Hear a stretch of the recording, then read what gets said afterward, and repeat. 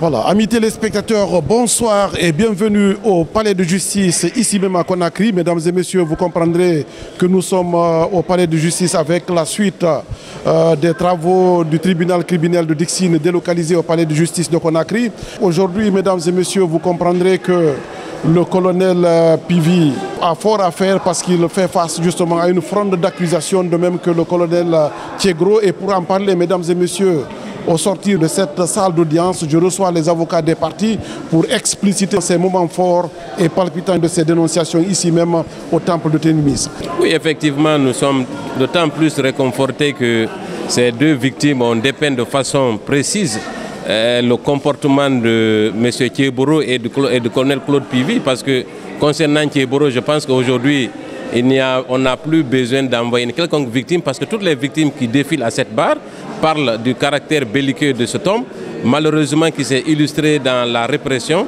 Il était en compagnie de ses gardes et d'un contingent de militaires qui ont sémé la terreur au stade du 28 septembre et le jour qui ont suivi. Maître Thierno Baldé, qui est un avocat, a été arrêté un mois après les faits et il a aujourd'hui confirmé l'existence d'un conteneur dans lequel étaient entassés des personnalités de ce pays, dont non les moindres, parce qu'il était question d'avocats, d'activistes de la société civile, dans un conteneur sans ouverture pour l'air, et ensuite tous les besoins naturels étaient faits sur place. Je crois qu'aujourd'hui, il n'y a plus besoin de... Donc vous pensez que le colonel Thiegro est en première ligne par rapport à ces exactions? Écoutez, le colonel Thiegro a organisé toute cette mascarade, toute cette répression pour justement maintenir son poste au sein du CNDD et dans le gouvernement. Est-ce que c'est votre avis, maître? Vous avez suivi que votre client aujourd'hui fait face à une fronde d'accusations très grave par rapport aux événements du 28 septembre. Qu'en dites-vous? Oui.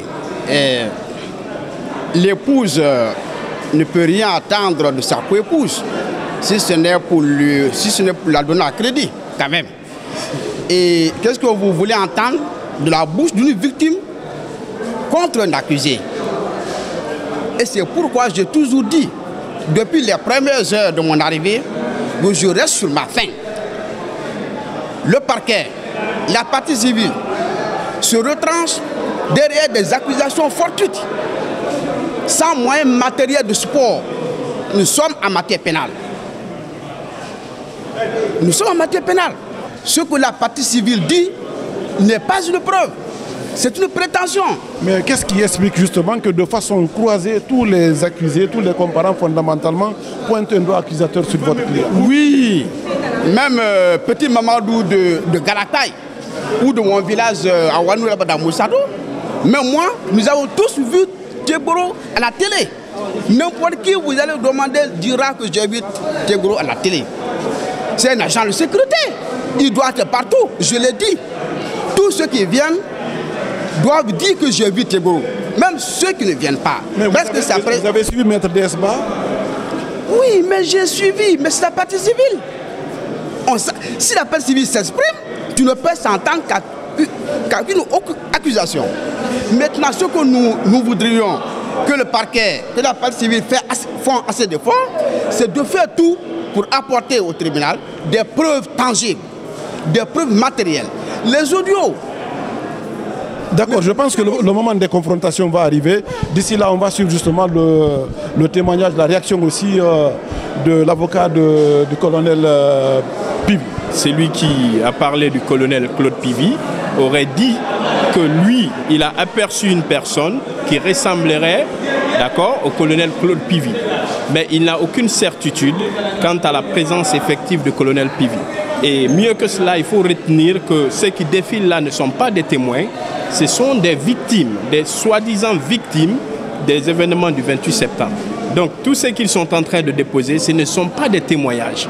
Parce que j'ai comme l'impression que souvent les Guinéens et les médias confondent que ceux qui sont... Peu importe, les Guinéens veulent savoir la vérité, peu importe la manière, la procédure, la texture juridique. Je veux juste vous faire comprendre que ce qu'ils sont en train de déposer n'est nullement un témoignage. Ce sont des accusations. Et qui accuse est obligé de dire ce qu'il ressent. Mais ils ne nous accusent pas fortuitement quand même. Absolument, ça arrive. Ils se fondent sur quelque chose parce qu'ils étaient très nombreux. Ils sont 11 au box des accusés. Quand on dit Pivi, c'est que parce que concrètement, on a pensé que Pivi était à la manœuvre. Oui, mais ce qu'il a dit, il n'a jamais dit qu'il a vu Pivi. Il dit qu'il a vu quelqu'un. Vous maintenez que Pivi n'était pas au stade? Pivi n'était pas au stade. Est-ce que c'est votre avis? Écoutez, une victime est déjà passée et je crois que Pivi n'était pas à l'intérieur du stade, mais il était aux alentours du stade. Donc, ce que M. Sow a vu, probablement il s'agissait effectivement du colonel Claude Pivi. Parce que nous savons tous que la réputation sulfureuse de Claude Pivi le précède. Partout où il est passé, il a sémé la mort et la désolation. Cela a été confirmé par M. Sow qui est passé à cette barre. Parce que à chaque fois, il a dit une chose essentielle. C'est les 4 communes qui ont rallié le stade, mais la répression féroce après le stade du 28 septembre, c'était la commune de Ratoma, où Claude Pivi a sémé la terreur, il a fait incendier, il a participé à des pillages. Cela est connu, les témoins viendront le confirmer à la barre. Bientôt, ce sera le tour des témoins. Tous ces témoins viendront confirmer l'attitude de pillard qui s'est livré le colonel Claude Pivi. Voilà, amis téléspectateurs, comme vous le constatez, les colonels Tchegro et Pivi font face à une salve de dénonciation. Après Toumba, Marcel, le parquet, c'est au tour des partis civils justement d'asséner des coups au cas par cas sur ces 2 officiers de l'armée guinéenne d'avoir participé aux événements du 28 septembre. Comment et pourquoi les explications vous ont été données, n'est-ce pas, par les témoignages des comparants ici même. Il s'agissait là de Maître Baldé, justement avocat de son État, qui indique avoir été torturé par l'ancien patron des services spéciaux et de la lutte contre la drogue en République de Guinée, à l'occurrence le colonel Tchegro Camara. De même aujourd'hui qu'il y a un des comparants qui estime avoir vu, même si c'est de façon dubitative, le colonel Pivi à la manœuvre au stade du 28 septembre.